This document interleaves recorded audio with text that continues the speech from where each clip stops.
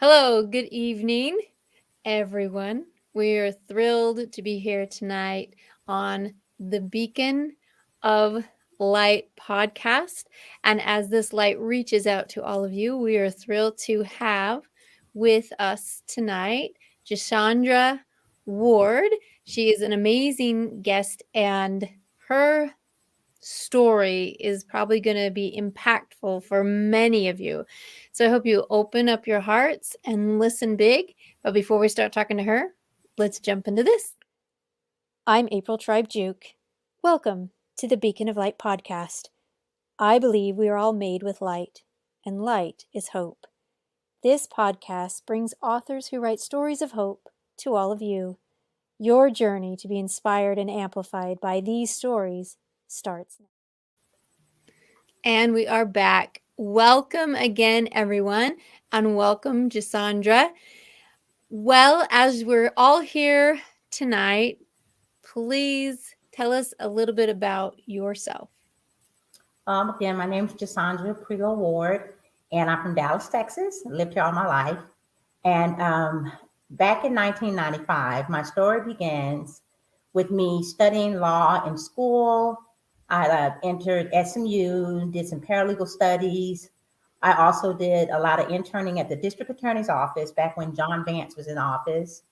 And I had the blessing to work with Senator Royce West. He brought me onto his law firm as one of their paralegals. And I was hoping to finish school and go ahead and go on to law school was my plan. But I am the individual, or was the individual, who decided I'm a go-getter. I have lots of drive, pretty tenacious. That's just my being. I've been like that. And so I've always made the determination of what I was going to do, just kind of kept myself close to sight of what I wanted to do in life, and I proceeded from there. But what I had a problem with was, and didn't realize until the time hit, I did not include God in my plan. I prayed typically, but I did not include God in my plans as far as asking him for direction, or if this is something he wanted me to do, or was there something else that he wanted me to do? I never, ever thought about that until 1995. In 1995, while I was working at the law office with Senator Royce West, wonderful office here in Dallas. My husband and I at the time became pregnant, and we had a beautiful, wonderful, bouncing baby girl. Just beautiful. Her name's Andrea Nicole Ward. And it was a beautiful delivery, but I just felt something a little strange.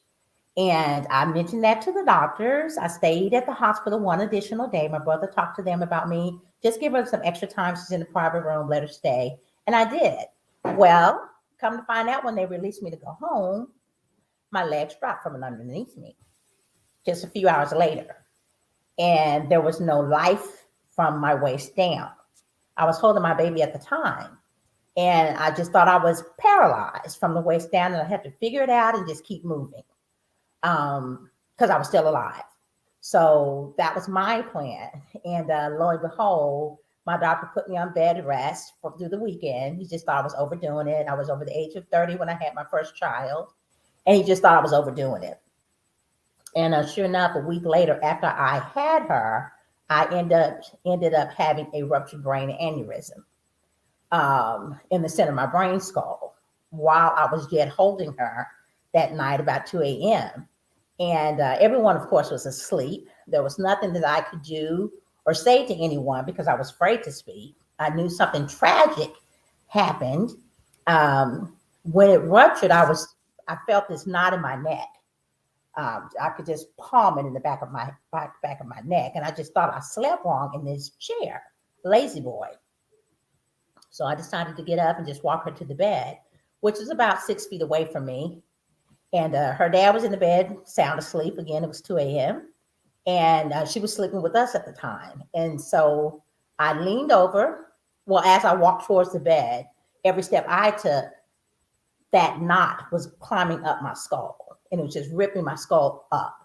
And I knew that I was in major, major trouble. And my thought was just to get the baby out of your hands, get to that bed, get the baby out of your hands.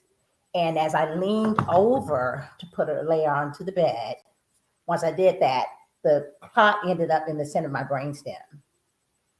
And as I leaned back up, it blew.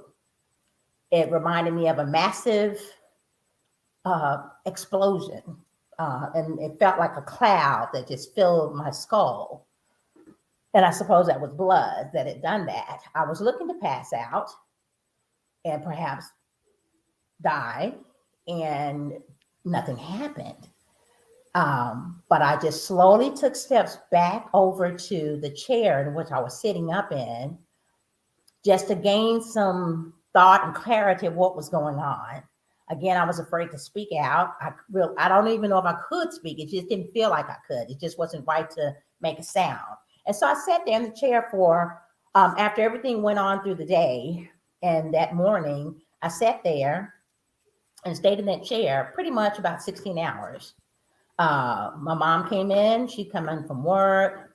My husband left to go to work. He saw me sitting in the chair, but he didn't really pay much attention to me. My mom, however, did. When she came in, of course, she wanted to see the grandbaby. This was our first. And so she came in, the baby was in the bed. And, she took the baby to the bag, and I didn't say anything. She went on back, and she came back in there later on and asked me, was you okay? And I just could point to my head. I couldn't say anything again. And so she's like, okay, let me take the baby and go on. And so she did. And all the while I was dealing with this massive consistent pound going in my head. And it reminded me of, if you've ever hit your finger with a hammer, your thumb, I have before. And that's what it felt like. The pound was just solid, like I was steady hitting my head with a hammer.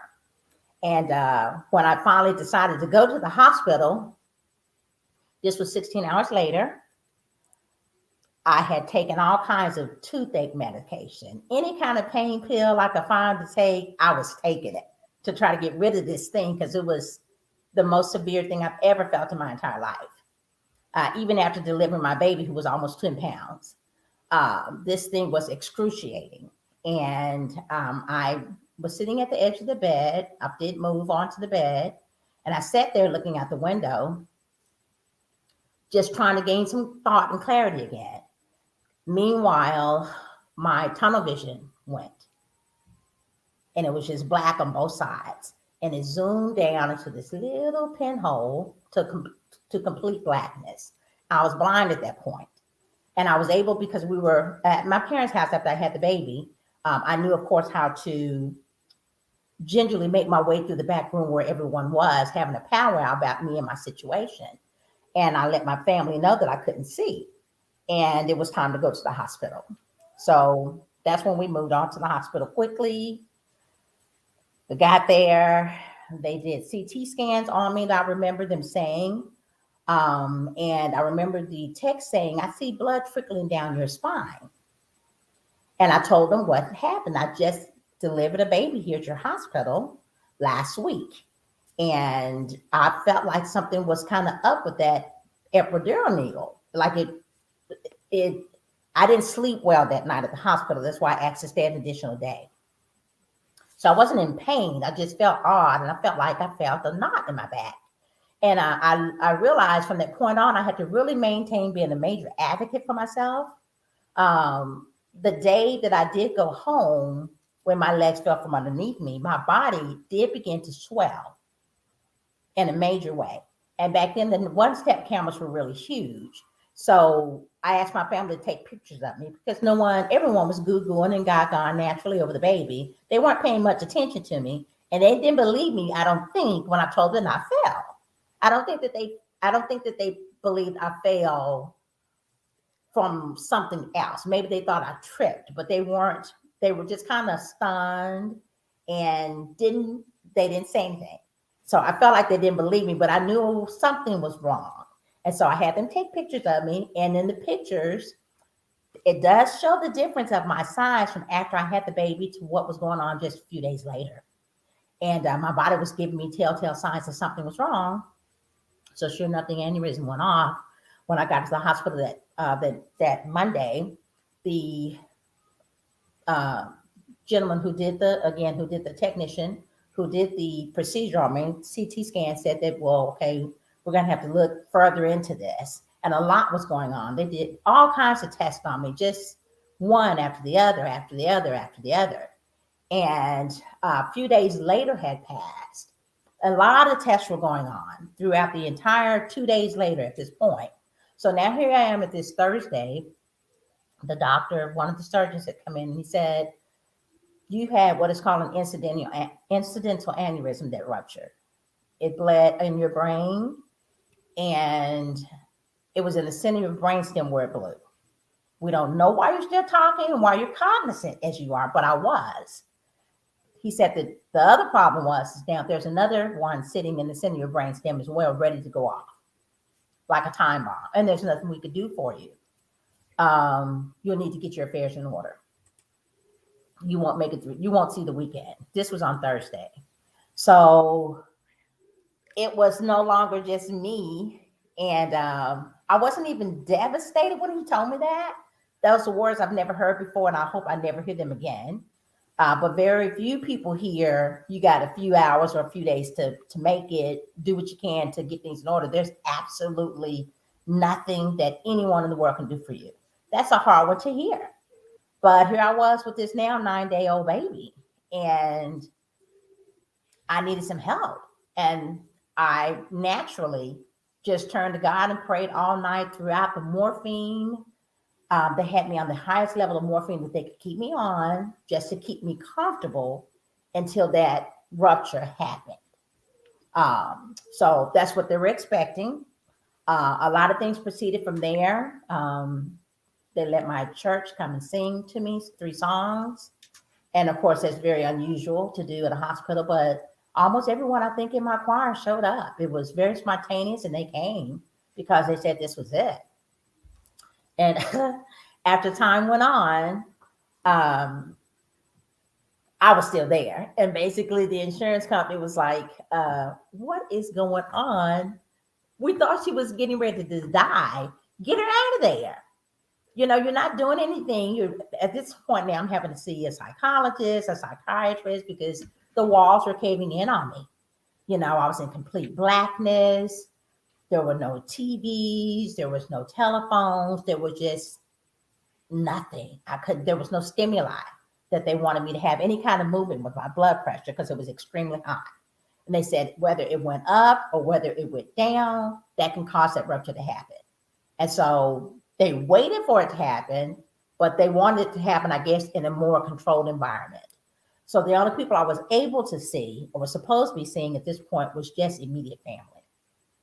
And I knew that was really hard for them. You know, you got this little baby, a newborn, everyone else is gone on with their lives doing what they're doing. And the mom is in the hospital, not supposed to expected to make it. It was a hard time. I can't even tell you how hard that time of life was. It was hard. And I think it drained everyone in my family, my friends. I know it did. And everyone was just trying to make it the best they could. And we made it through it. But there was a lot that I had to learn, and I just had to turn everything completely over to God. So from that point on, it wasn't any longer my will of what I wanted in life. There was no more negotiating.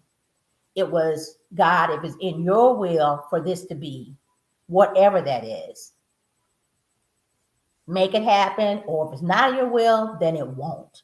But let me know what it is that you want me to do.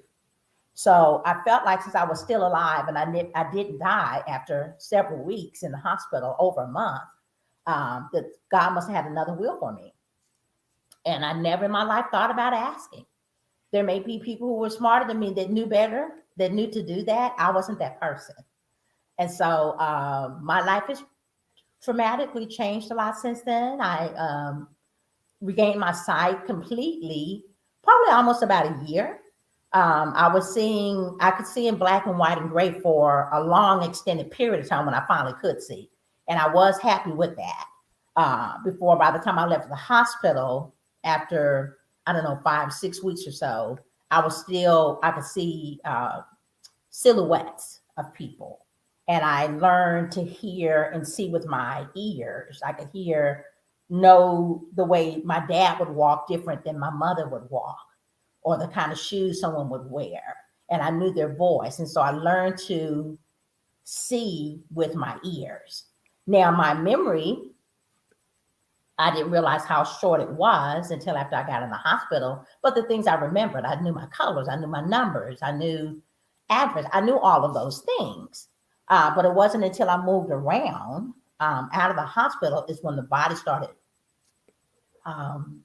trying to find its way back. My brain was trying to find its way back because there were things that were supposed to naturally happen to brain aneurysm survivors that did not happen to me. Again, because they just said there was nothing that they could do. So there was nothing that was done. And so the hospital let me out of the hospital, and they were going to put me in a nursing home. A lot of this is going to be in my book, but I just want to tell you about the journey, how God transitioned me from where I was to being so self-sufficient. And I knew he blessed me in life. I knew that. But I think myself, as much as many of us, we take him for granted and just think that as long as we're able to get up and do, that the only one who's precluding us from doing anything is ourselves. You know, if one door closes, there's going to be another one's going to open. We'll find a way. But that is not always the case. Maybe that wasn't your journey. And I never thought that. All my life, I wanted to be in the legal field, either FBI or something of the sort, some investigator. I love that. My dad was a police officer all my life, and I just admired the work he did as an investigator. And it just made me, I loved researching. I loved finding out clues and all of that. So that was right up my alley. And I decided to just go ahead and be an attorney. And I wanted to do trial law. I thought I would be really good at it. But God just had a different plan for me. So here I am. After years had gone, I had to learn to, I had problems remembering how to get places. And again, I was right here in Dallas. I couldn't drive certain places and without getting lost. Places I had gone all my life, I couldn't get there anymore. Sometimes I forget how to get back to my place. I missed my locations of going to my church, the exit. I could see it, the location, the writing in my brain, but I couldn't connect it anymore to the dots of where to get off the freeway. So it may be, I've heard of people with Alzheimer's that have the same disconnect. It was a lot of that is what I felt like. And it would make me frustrated, just like it would make the Alzheimer's patients frustrated because they knew what they were trying to say and what they were trying to convey, but it wouldn't come out that way. And I went through that. I remember I had to learn that there were certain words that if I didn't keep them in my vocabulary and repeatedly keep saying the same thing over and over and over and over again, I could forget.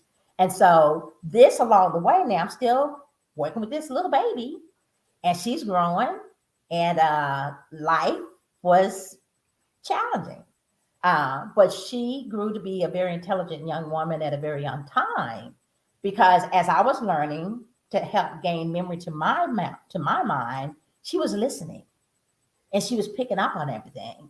So once she did start school at age, I think she had just turned 5 the week before she started kindergarten. She already knew how to count to 100 by 1s, 2s, 5s, 10s, 100, 20. I mean, she knew how to do all of that. Her only thing was holding a pencil correctly because she didn't have her mobility intact just right. But she could draw and she knew how to read. And so the teachers were pretty astounded with that. They thought she'd gone to private school. They didn't realize my journey. And all the while, though, it sharpened her and it made me stronger. Life was different, but it was the journey God put me on. And it made me become very completely dependent on him. Every day, it was waking up in the morning after I prayed and opened my eyes, I could see. That was a blessing because it was so quickly taken away from me. And I was awake when it was taken away from me. And I will never forget that day when that happened. So God has enabled me to remember the things I needed to remember, even though my memory was bad. I was able to write my book. And my book here Yes, hold it up for us. The joys of favor. There it is, ladies and gentlemen. And you can get this on Amazon. And we'll talk a little bit more about that. So share with us how the title of this book came about.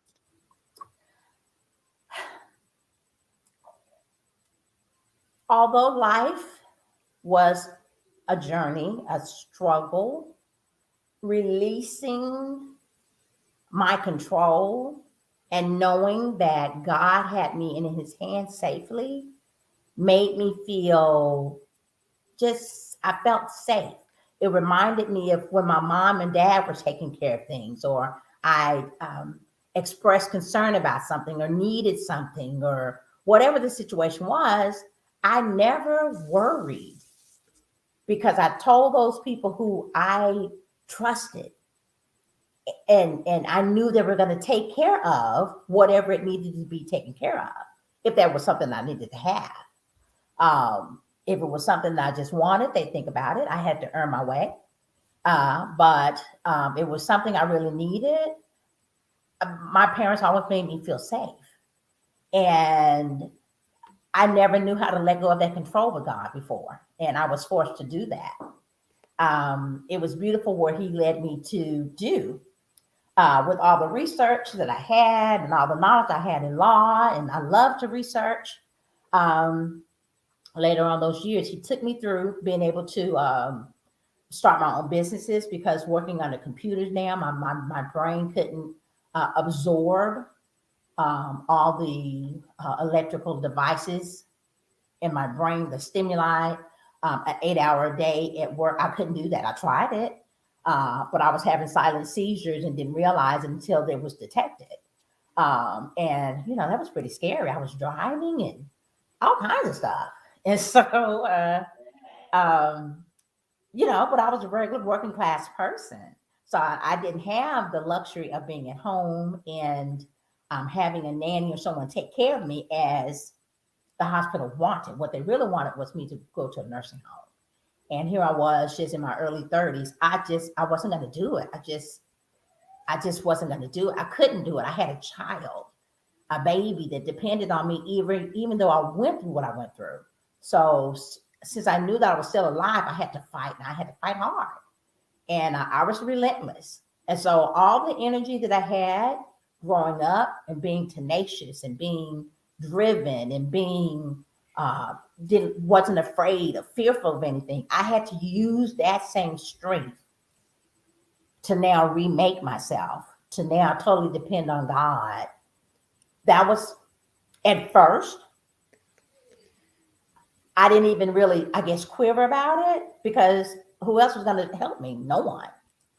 And so, I gave in. But there was no more even dreaming about, what will I going to be able to finish law school? Or I wonder, would I ever be able to become an attorney? It never crossed my mind anymore.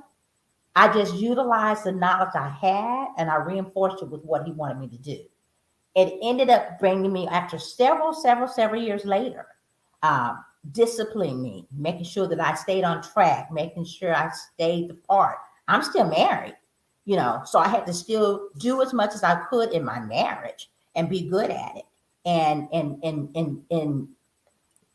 not be unwilling to not be good at it, because I knew that was hard on my then husband at the time. Okay, how am I going to deal with this woman who loses her memory, and we've got this baby? That was hard. And there was never a question there was never something he even discussed with me, but I knew it was there. Realistically, I knew it was there. And so I just worked hard. So oftentimes he'd be asleep at night, and I'm up still trying to figure things out to make sure I had my day running smoothly. I had to use that extra energy and extra tenacity to remake myself. And it changed my character. It gave me character. It gave me a better character. And I'm appreciative of that. I'll always be appreciative of that. But years later, now in 2007, I was known all over the area of some of the big doctors that saw me. Whenever I mentioned their names, that anywhere, the hospitals, the dentist office, the a chiropractor anywhere, if I mention my particular doctor's names, they're like, ooh, you're that aneurysm survivor. We got to take all kinds of tests on you, even if you are just coughing. So I was taken advantage of, and all of that, and it just went along with the territory. It was just easy to take advantage of me in the medical profession, and there was nothing that I could do about that. But I did learn to continue to monitor myself, to listen to my body, to study my body, to learn the things that bothered me and things I could do and things I couldn't do. I'd write them down in a spiral, and I keep documentation of what I did on a daily basis, to be able to rid myself of some of the things and get off of medications. And I did that. And so that research helped me a lot when I bought a medical Mosley's dictionary that a lot of the doctors used way back in the day. I got one. I would compare that dictionary of what it talked about to what different kind of medicines that they wanted to put me on. And I would go try to seek out something natural that would provide the same source, because God provides us with everything here in this world that we need. Everything. It's just what we do with it. And so we could use it for real health. We could use it to strengthen our bodies. We could use it to help other people strengthen their bodies. Or we could be selfish and not use it and just look at the money aspects of, okay, let's find another way to make money behind this. And so I couldn't, at the state I was in, couldn't afford to allow that to happen to me, because I'm still having to take care of my daughter. And the doctors, of course, didn't think I could do it. They didn't want me to do it. They just said, this is no longer your concern anymore, but it was my concern. And my daughter has always been my driving force, even to this day. She's 28 years old, and I cling to her because she's always been what got me through, what made me push and soar to things in life that I didn't think I could do. So I'm thankful in many ways for what happened. I hate that it happened to the point that I had to be put flat on my back, where there was absolutely no one that could help me, but that's what I had to have. And so it made a difference in my life. And so now I'm able to help other people with not just the story, but just to give people some inspiration and let them know, just keep moving. And then God allowed me to start using my legal work and creating superfoods. And I did that because I had a cholesterol issue in 2007. And that's the only thing I was even dealing with. My doctor said, I want you to be put on some Lipitor. Your cholesterol is high. I didn't know what a high number was for Lipitor, but when he told me, I was 42 pounds over that number. So he said, you need to be put on some Lipitor today. And I said, well, nope, I'm not going to do it. I already done research on things such as that. They've got commercials about it, what the cause and effect. I'm not going to do it. So I decided to let me do something natural. I had to go figure it out. I wasn't sure what I was figuring out, but it was just something natural for my cholesterol. And ultimately, I ended up with this cookie that I designed called the All Natural Healthy Cookie. This is one of them. And I formulated this cookie, and I ate at that time 2 of them a day consistently for 3 months. The doctor would check my blood work every 3 months to see where I was. And at the end of 11 months, I dropped my cholesterol down to 81, dropped it down by 81 points. I had all the medical records to back all that up. And so the doctor was asking me, okay, do you mind if I can show this to my colleagues? Because this is different. This is something else. Do you mind if I show it to my colleagues? Go right ahead. So it did. And the journey really took off from there. And so I just studied a lot of superfoods and put things together and did the research. And a lot of research was already out there. I just did not know that. And so the things I was looking at, natural things, instead of processed white sugar, anything artificial dyes and anything like that, I would use real honey. And I would even have to study the honey, because a lot of the honey that's in the store that we buy is not real right now. And so you'd have to know how to read the labels to know what was pure, real honey versus what is able to be called honey uses honey, said to be honey on the labels, and passed through the FDA, just a certain percentage. And so I knew that I couldn't use anything partially real and not real. I had to use the real stuff, which of course is more expensive. But my mind, I started telling myself, you're going to pay now, you're going to pay later for your health. So you might as well pay now and just spend more money on things that are a little more expensive, but you don't have to go to the hospital, the doctors for medication. That was a win-win for me. And that's been my journey. And come to find out, there's been so many people with lupus and Crohn's disease and diabetes and cholesterol issues and blood pressure issues that can eat my product. They've been tested on it as well. They can eat my product and it doesn't cause them any problems. In fact, I just met another doctor that was a big name here in Dallas, and I met him just here recently. And he has diabetes.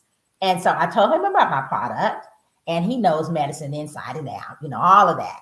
And so he knew that I didn't have a medical background. He just knew I was a researcher. So I had him test my product, and he came back with good rave reviews. He said, Jasonja, I went in, I checked my sugar levels. It did not move. And I ate all 3 of those items that you gave me that same day.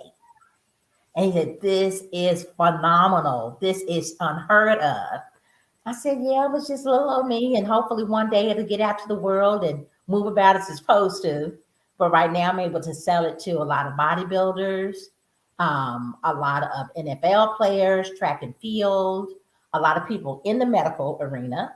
A lot of doctors and nutritionists. I have a lot of those people that buy from me. And then there are just those who want a low sugar diet, or those who have diabetes and want to be able to eat a chocolate chip cookie without causing any problems, but able to go to sleep at night and not worry about it. I've got those things taken care of for them. And so I realized, this was my purpose. My purpose here, this is what you're supposed to do. You're supposed to take that legal work that you learned and studied and you were tenacious about and put that into this thing here that you created. It's not out there on the market. And so as of next month in April or March, it'd be now 17 years that I've had this cookie out. I was the first one in Whole Foods back in 2010. I was in all the Dallas Whole Foods stores, and I was there almost a year. I just wanted to stay there long enough for them to legitimize my product, because there was no such thing as a healthy cookie. That's like an oxymoron. But, For sure. and For so sure. I was able to just kind of get it about. And right now, this is just where I am. And God has blessed me to be able to write my book about my entire journey. And I even have pictures in the back of my book to follow the story and my journey. I didn't change anyone's names, and that is one of the things I put in my front of my book as a waiver, that I didn't change anyone's name because the story is so unbelievable. I wanted people to go back and be able to vouch for it if they needed to. Let me go contact this person and see, you talked about this person in your book. Let me go back and see if this was true. And they can do that. So I'm thankful for the journey. I'm thankful that I'm able to share with people. I'm thankful for the few aneurysm survivors that I have met along this journey, or those who didn't survive, but their family members did. And all the questions that they have that they never had answered.